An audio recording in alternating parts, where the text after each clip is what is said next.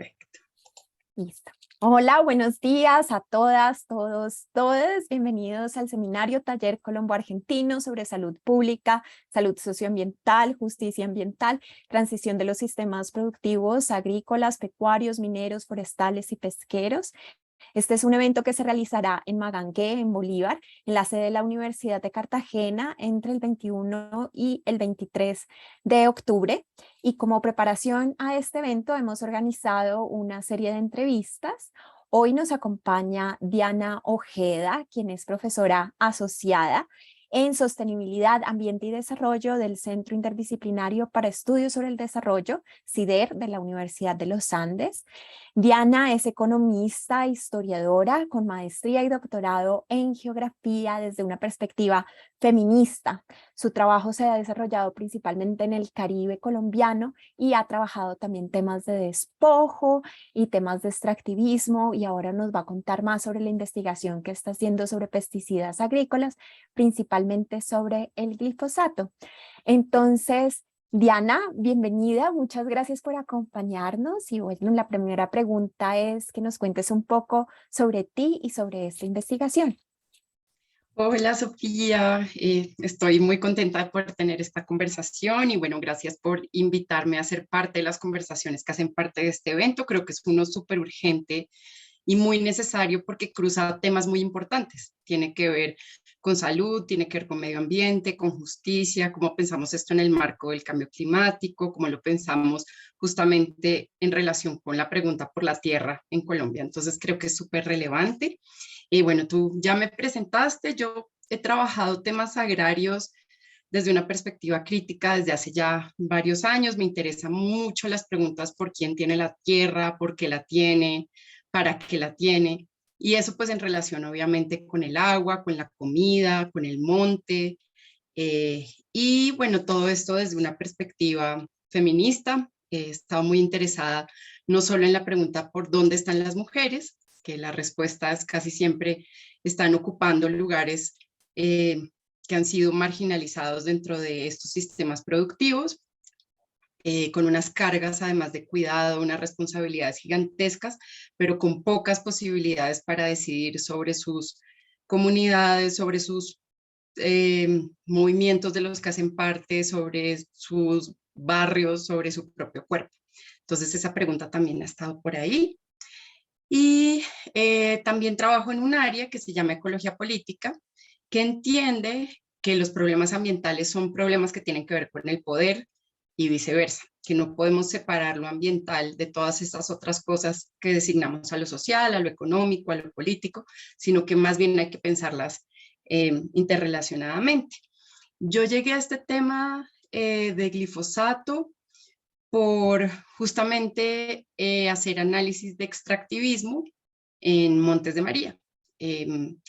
Mi familia es de las sabanas de Bolívar, siempre he tenido como un interés muy grande por entender mucho mejor el Caribe colombiano, su relación con el Gran Caribe, las dinámicas de tierras en esta región, que es una región, bueno, que tiene una historia poderosísima de movilizaciones campesinas, indígenas, negras, tiene una historia riquísima de recuperaciones de tierras, de movimientos, de hacerle frente justamente a esas otras dinámicas que caracterizan la región, que tiene que ver con los grandes monocultivos, con la agroindustria, con proyectos mineros, con bueno, una historia también de mucha violencia. Y creo que pues en este interés, trabajando en Montes de María, pues llegué a la palma aceitera y a los daños ambientales y pues a la salud y sociales que tienen los monocultivos de palma en la región. Y entonces, pues hice una investigación etnográfica muy centrada pues como en la cotidianidad, en el día a día, en las prácticas, en las experiencias, en las narrativas, en las formas de vida campesinas. Y ahí empezó a aparecer siempre el tema de que el agua que sale de las plantaciones de palma viene envenenada. Entonces, bueno, las historias de que un día uno se levanta y todos los peces amanecen muertos, los olores, problemas respiratorios de piel, problemas gastrointestinales, hasta que cuando uno escucha más, eh, detenidamente, oye también problemas que están relacionados con la salud reproductiva, con problemas asociados con malformaciones genéticas, y esto está muy presente en lo que cuenta la gente. Entonces empezó por ahí la pregunta por la salud, por la enfermedad, cómo entender la salud y la enfermedad, cuando además muchas de estas mujeres lo que contaban en su experiencia de el desplazamiento, la violencia, pues era justo haber perdido esa capacidad de decidir sobre sus propios cuerpos, esa capacidad de tener acceso a una huerta, que era la que daba los primeros remedios, los principales remedios, o a las redes también de cuidado. Entonces así fui llegando a este tema. El glifosato es uno de los principales pesticidas en el país, se usa además en asociación con muchos otros agrotóxicos, está súper comprobado su envenenamiento, los efectos que tiene sobre la salud, pero lo seguimos usando. Entonces ahí tenemos con dos colegas, bueno, es un equipo mucho más grande, pero sobre todo dos estudiantes doctorales que se llaman Lorena Arias y Claudia Rivera Amarillo. Estamos trabajando esa idea de la ubicuidad del glifosato. También con Eliana Carrillo, con Eduardo Cortés, con Andrés Caicedo, nos estamos preguntando por qué hay más interés en el glifosato usado como arma de guerra en Colombia. El glifosato asperjado parece llevarse toda la atención y se nos olvida justamente ese glifosato agrario. Entonces por ahí llegué y tuve también la suerte de cruzarme con Lina Pinto, que ella pues es antropóloga, bióloga, y con ella empezamos a trabajar esta idea de paisajes enfermizos, como la idea de paisajes que enferman, paisajes que envenenan. Y ahí estoy. Esa sería mi respuesta a la primera pregunta. Ay, muchas gracias, Diana. Algo muy bonito de tu investigación es que es colaborativa y tú mencionas a todas estas personas que te han ayudado a pensar estas ideas y que hacen parte de las conversaciones. Y bueno, en este evento nos acompañan estudiantes, profesores de las normales. Entonces, desde esta perspectiva tuya, que es como de colaboración, me gustaría que nos dieras algunas ideas para estas personas sobre esas estrategias pedagógicas y de investigación en los territorios y también colaboraciones que pueden tejer con personas como tú y de pronto futuros de investigación que quieran adelantar más adelante en diferentes programas, como ¿qué, qué aproximaciones nos sugieres como interesantes? ¿Cuáles son esos horizontes, tanto pedagógicos como de investigación, que pueden servir de invitación a estas personas que nos escuchan? Esta es una pregunta muy importante. Yo creo que a veces se nos olvida hablar más sobre los métodos de investigación y para mí tienen mucha importancia porque yo creo que no es el resultado, sino el proceso, que muchas veces se investiga con unas prácticas horribles y al final se muestra el resultado como si nada hubiera pasado. Y a mí me interesa mucho más el proceso, entendiendo además que el cómo de la investigación es una forma de producir realidades y pues de producir geografías. Como yo soy geógrafa, me interesa mucho cómo justamente nuestras prácticas de investigación son prácticas espaciales y son prácticas que producen realidades que transforman además a las personas que participan en ella, incluyéndome por supuesto a mí. Entonces sí he hecho mucho énfasis en la investigación colaborativa. En Montes de María, bueno, me encontré con gente súper pila, investigadoras, investigadores que pues eran también campesinas, campesinos, campesines, que su propia historia de vida y su propio recorrido pues les había hecho unas personas muy agudas en el análisis de sus realidades. Entonces, de las primeras cosas que hicimos fue empezar a trabajar pues en coinvestigación. Hicimos, por ejemplo, una escuela de defensa del agua, donde pues recorrimos distintos puntos de Montes de María y cada vez que llegábamos a un lugar, las personas de ese lugar eran las que guiaban como lo que se hacía, pero también el tipo de investigación que habían hecho en ese lugar. Entonces, algunas sobre todo mujeres, porque además pues existe una relación muy estrecha entre género y medio ambiente, en particular el agua, justamente por eso que mencionaba que las mujeres son asignadas con el trabajo de cuidado.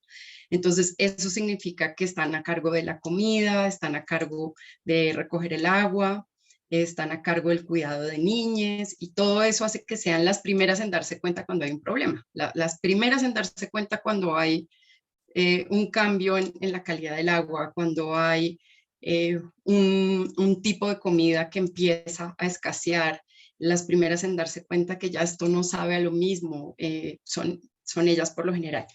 Entonces, bueno, escogieron distintas técnicas de investigación, nos gustó mucho hacer trayectorias de vida, por ejemplo, fue una muy chévere para ver justamente pues cómo se volvía una defensora del agua. Hicimos mucho también historias orales, porque pues todas esas historias, todo ese conocimiento alrededor de la comida, de las semillas, del agua, del monte, pues era muy importante. Entonces ellas mismas empezaron a preguntarse entre ellas, preguntándoles a sus mamás, a sus abuelas, a sus cuñadas, a sus comadres, y todo el tiempo pues con niñas, porque esa es otra cosa que creo que se nos olvida, ¿no? Que pues no sé, a mí siempre me hacen la pregunta como cuando trabajo en distintos proyectos de investigación, digamos con ONGs, con cooperación, siempre me preguntan, ay, pero es que, ¿por qué las mujeres solo van a su taller? Y es como, claro, ustedes invitaron a las mujeres y se les olvidó que ellas no llegan justamente porque tienen triples y cuádruples jornadas de trabajo. ¿Yo qué hago? Pues me aseguro de que esa jornada de trabajo esté incluida, considerada, que alguien pueda reemplazarlas, que no interfiera lo que yo hago con sus responsabilidades y que además en la medida de lo posible pues se les pueda dar a ellas el soporte económico que necesitan para poder justamente venir al taller y venir con sus niñas, no asumir que ellas van a llegar y que además van a tener 40 minutos de tiempo como si el cuidado ocurriera de forma pues gratuita o no sé. Entonces poner el cuidado en el centro para mí ha sido muy importante, tejer relaciones de colaboración, de coinvestigación ha sido muy importante. Eh, Ha sido muy importante escuchar lo que la gente necesita, lo que la gente quiere, cuáles son sus expectativas, digamos, de mi propia investigación, de la investigación que estamos haciendo conjuntamente. Y eso implica pues demorarse más, un montón de negociaciones, ¿cierto? Trabajar en grupo no es fácil. Si uno está trabajando en grupo y todo fluye, probablemente no está trabajando en grupo, probablemente está haciendo una todo y después pone el nombre de los demás, ¿no? Que eso suele pasar. Pero cuando uno trabaja así tratando de hacer cosas colaborativamente, pues hay un montón de dificultades, de negociaciones, de acuerdos que hay que hacer, de todo el tiempo estar revisando, bueno, para dónde vamos, qué queremos. Y bueno, aunque esto es más largo, a mí me parece que es más bonito justamente porque no tengo el ojo en el resultado, sino el proceso. Entonces, ¿cómo se hace esta investigación? Yo digo en colabor. Eso significa buscar quién está trabajando estos temas, con quién me puedo aliar, quién ya sabe sobre esto. Por lo general, las personas que ya saben, pues están además muy cerca de uno, de una y a veces como que no reconocemos su propio trabajo y su propio conocimiento porque nos parece que estar metida en la cocina todo el día, eso como que no es como lo político, no es lo importante, no es lo que debería ser el movimiento y resulta que justamente los movimientos, las producciones de conocimiento, las grandes, grandes cosas están sostenidas sobre el cuidado, sobre espaldas y hombros de mujeres en su gran mayoría, literalmente, pero también figurativamente. Y lo comunitario, lo colectivo, pues depende de eso y allí es donde yo pues creo que hay que poner más atención. Gracias, Diana. Y también te quería preguntar, bueno, como antropóloga, a mí me interesa mucho el énfasis etnográfico que también tú traes a colación. No sé si nos puedes contar de esas experiencias de vida y del compartir y si hay, no sé, reflexiones que han surgido en ese proceso para ti, que de pronto no anticipabas al comenzar el proceso y que hablan un poco de las temáticas de este evento sobre salud socioambiental, sobre justicia ambiental y también sobre esas transiciones productivas. No sé si nos puedes compartir algo al respecto. Y yo creo que yo venía de una tradición como muchas de nosotros de la etnografía entendida de una manera que yo creo que es problemática, porque sigue asumiendo como el arquetipo de un etnógrafo, que es como esta persona, que casi siempre es un hombre blanco, clase media, cis, hetero, que va a un paraje muy remoto a entender cosas muy distantes. Y aunque esto suena súper, mejor dicho, del siglo pasado, esto suena además súper Indiana Jones, sigue siendo como se sigue enseñando cómo hacer etnografía pues en Colombia, pero yo diría que en muchos otros lugares también, en América Latina. Eh, Aunque tenemos una tradición lindísima de investigación, acción participativa, educación popular, eso no desbanca una forma súper masculinista y yo creo que también colonial de hacer este trabajo. Entonces, yo empecé como con unas ideas de lo que la etnografía debe ser, que después me di cuenta que eran súper problemáticas, como la idea de que uno se muda a un lugar. Eso es algo que yo creo que nos toca tomárnoslo en serio. Mudarse a un lugar implica justamente que, que la vida de esa persona que se muda tiene que ser sostenida. Eso implica uso de recursos, eso implica producción de basura, eso implica la irrupción además que uno hace en la vida de las personas, ¿cierto? Pues es muy difícil eh, no, pues no estar incomodando todo el tiempo, no estar quitando tiempo.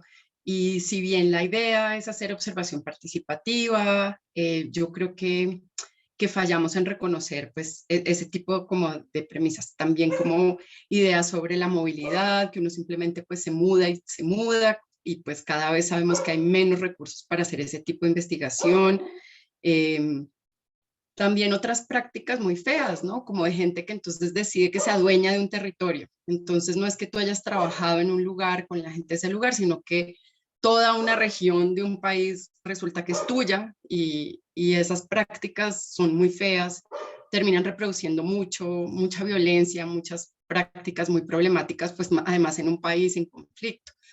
Entonces, bueno, todo esto empezó como a estar ahí atravesado para mí. Me di cuenta que la forma en que yo hacía etnografía, pues primero yo nunca estaba sola. Las etnografías que yo he hecho han sido siempre colaborando, tratando de dialogar justamente con las personas de ese lugar, con estudiantes de ese lugar, eh, con amigas, con compas, con gente que además pues permite justamente pues generar ese conocimiento que yo creo que es un error pensar que se produce conocimiento una persona sola, ¿no? El conocimiento se produce hablando, pensando con, escuchando, eh, sintiendo, ¿no? También como esa idea de que no sé, de que cuando uno hace etnografía no le puede dar miedo, porque es como si fuera una historia pues de guerra y uno vuelve y hace alarde como de lo que sobrevivió. No sé, todas esas cosas empezaron a molestarme mucho y me di cuenta que la forma que yo hacía etnografía, como les decía, pues era colectiva, era colaborativa, era en los tiempos que se podía, en los espacios que se podía, sin imposiciones. Eh, Implicaba también pues prestar atención a lo que da miedo, a lo que da susto, y no como bajo esa simple idea de no, de malas, usted tiene que aguantarse lo que sea porque el proyecto, la tesis, eso está por encima de usted, su bienestar. eh, y bueno, a raíz de todas estas reflexiones, como que empecé a pensar que tal vez la etnografía era más acompañar, la etnografía era más cuidar y dejarme cuidar también. Y en esas relaciones como que, bueno, empezó también una conversación con otras colegas, Claudia Rivera Amarillo, otra vez, Ingrid Espitia, y con ellas empezamos a escribir este texto que se llama La princesa antropóloga, que no tiene nada que ver con la monarquía, pero es retomando el insulto de la princesa y es como una idea de cómo hacemos etnografía cuando no somos ese sujeto ideal de la etnografía, ese arquetipo del etnógrafo. ¿Cómo se hace etnografía? Pues cuando una no encaja dentro de las normas del género y la sexualidad, cómo se hace etnografía cuando justamente hay procesos de racialización de por medio, cómo se hace etnografía eh, cuando hay de por medio violencia sexual. Y bueno, por ahí va como esa idea, pero sí creo que mi camino ha sido uno de replantearme la etnografía, lo que es importante cuando uno hace etnografía, eh, y de tratar de pensar otras maneras, desde siempre la premisa de que investigar ya es, ¿cierto? Como que a veces se asume, como les decía, que investigar es un camino para otro fin, y yo creo que cada minuto de la investigación importa, y cada minuto cuenta en lo que una hace o deja de hacer. Entonces, eso creo que le pone una mirada distinta a la etnografía, y bueno, he tratado de enseñarla también desde ahí, que pues también tiene un montón de retos, pero por lo general así hacemos etnografía en mis cursos, en mis salidas de campo y en mis proyectos, como desde una perspectiva que en últimas es feminista y que pone una ética del cuidado por encima de todo lo demás. Y haciendo etnografía de esta forma, no sé si de pronto no me expliqué bien en la anterior pregunta, pero algo que yo también encuentro bonito de esta experiencia de encontrarse uno en vulnerabilidad junto a otras personas es justamente el que uno puede llegar con algunas preguntas y las preguntas también cambian en ese proceso. Como que uno se descubre de otras formas a través del proceso de investigación de estas maneras. Entonces, no sé si en torno a estas temáticas, algo así como que no esperabas, como unas preguntas que te encontraron en ese Sí. proceso, no sé si nos puedes compartir también un poco al respecto. Ay, sí, no, disculpa que me fui por un, por un desvío. Creo que ese para mí ha sido el punto como importante, y es prestarle atención a estos contextos de vulnerabilidad producida, además, porque la vulnerabilidad no es natural, no es como algo que simplemente se da, porque uno, no sé, como que pensar justamente cómo se produce la vulnerabilidad, cómo se produce la escasez, como en un país como Colombia, con tanta comida, pues unas pocas personas se pueden dar el lujo de botar comida, y otras muchas personas, en su mayoría racializadas, marginalizadas, en su gran mayoría mujeres y niñas, pasan hambre. Entonces, ¿por qué se produce esta vulnerabilidad? Y esto en contextos de precariedad e incertidumbre, pues justamente por el cambio ambiental, por el cambio climático, por el deterioro ambiental, por la creciente desigualdad, por cómo las políticas de neoliberalización pues han atacado justamente eso que sostiene la vida, que es el cuidado. Entonces, hacer etnografía en este contexto pues ha sido tremendo, con un montón de lecciones eh, como muy importantes. Creo que una muy rápida es esa relación entre tierra, agua, tierra, monte, parcela, plantación, huerta, como todos esos espacios se van constituyendo. Otra pues es entender lo político y lo que importa desde una mirada feminista. Entonces, como que usualmente, no sé, hay espacios que se asumen que es donde ocurren las grandes decisiones y las cosas importantes. Entonces, no sé, en la visita del gobernador, en la reunión de la Junta de Acción Comunal, eh, en el Congreso. Y yo me encontré con que el sostenimiento de la vida, eso que hace toda la diferencia, como por ejemplo lidiar con el trauma, como por ejemplo cuidar justamente la salud cuando tenemos estos contextos de envenenamiento de personas, de comunidades, de cuerpos, de suelos. Eh, entonces empezar a prestarle atención a eso, como a lo que parece poco importante, a la huerta, al fogón, a cuidar peques, a deshiervar, a recoger frutas, esas cosas que parecen poco importantes, tomármelas en serio. Eso fue también como otras de las cosas grandes. Y bueno, también me pasó que yo no, por ejemplo, iba a estudiar despojo. Eh, y fueron las personas en Montes de María, campesinas en su gran mayoría, que me dijeron, por favor, estudie despojo, y estúdielo no lugar por lugar, municipio por municipio, sino hablemos de despojo en Montes de María. Y eso fue pues como uno de los acuerdos a los que llegamos, en que listo, yo entonces empezaba a rastrear esa idea de despojo, qué significaba. Eso a mí me llegó, como también me llegó el tema de salud. Fue como en empezar a escuchar cada vez más a las mujeres y esas preocupaciones, que empezó a estar por ahí el tema de salud. Creo que sí, es como tú dices, que muchas veces uno llega con unas preguntas y esas preguntas cambian. Diana, y también te quería preguntar, como por invitaciones que tú tengas para las personas que van a participar en este evento. Creo que a través de esta conversación has hablado, una invitación grande que me queda al menos a mí es esta idea de modos de cuidado, ¿no? Que son unos modos de cuidado personales, pero también del cuidado en las relaciones y del cómo se hacen las cosas, ¿no? Que importa cómo se hacen las cosas. Entonces, también está este tema de la atención a lo que generalmente se pasa por alto o se considera menos importante. Entonces, yo ahí veo como una invitación en torno tanto a estas temáticas que muchas veces se desatienden, incluso como tú dijiste, el glifosato, no únicamente en términos de aspersión, sino que esto presenta también otras discusiones que quizá no están tan en la mira de la agenda pública, pero también están los espacios de encuentro, que también es súper bonito, como qué condiciones hacen posible que ciertas personas puedan participar en estos espacios de conversación.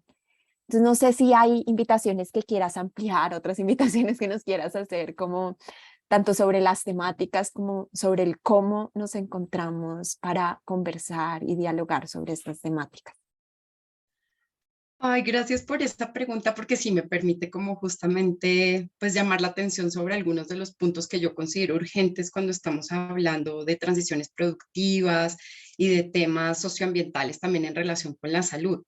Una es el género, ¿cierto? Las gafas desde el feminismo creo que nos permiten entender mucho mejor cómo funcionan cosas que parecería que no tuvieran nada que ver con el género. Entonces, en mi propio trabajo me he dado cuenta, por ejemplo, de que pues justamente la palma aceitera necesita de unas lógicas de dominación masculina para poder existir, expandirse en un contexto como el de Montes de María. Entonces, una de las invitaciones es como prestarle más atención a las dinámicas de género y a las desigualdades de género y cómo producen ciertas naturalezas. El otro tú ya lo mencionaste y tiene que ver con el glifosato, que creo que necesitamos una discusión grande y urgente sobre pues agrotóxicos en general, y que el glifosato agrario debería estar también como en el centro de nuestras preocupaciones y no solo el glifosato asperjado. Que por supuesto pues tiene sus particularidades y yo entiendo por qué ha sido muy urgente pensárselo en Colombia, pero también como más preguntas sobre agrotóxicos en general. Y la tercera es que para mí la justicia climática, la justicia ambiental, no se puede separar de la justicia social, de la justicia racial, de la justicia de género, como lo han demostrado muchísimos trabajos.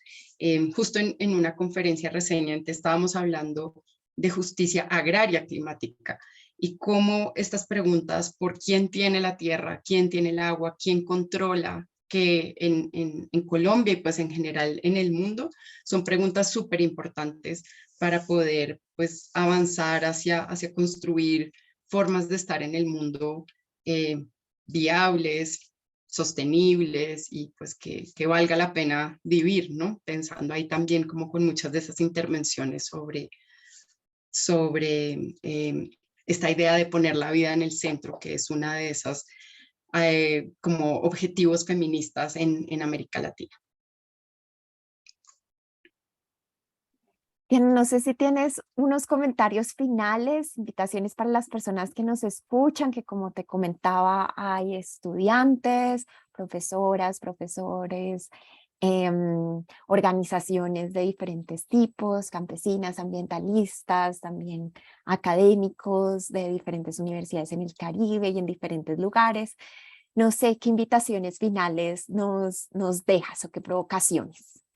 Agradecerles de nuevo, otra vez recalcar la urgencia de tener estos temas, de discutirlos, de justamente pensar sobre ellos desde una mirada crítica y bueno, también como una invitación justamente a esa articulación, a ver cómo convergen justamente las preguntas por la defensa del medio ambiente con las preguntas por la defensa del territorio, de la vida y por la lucha campesina también en nuestro país.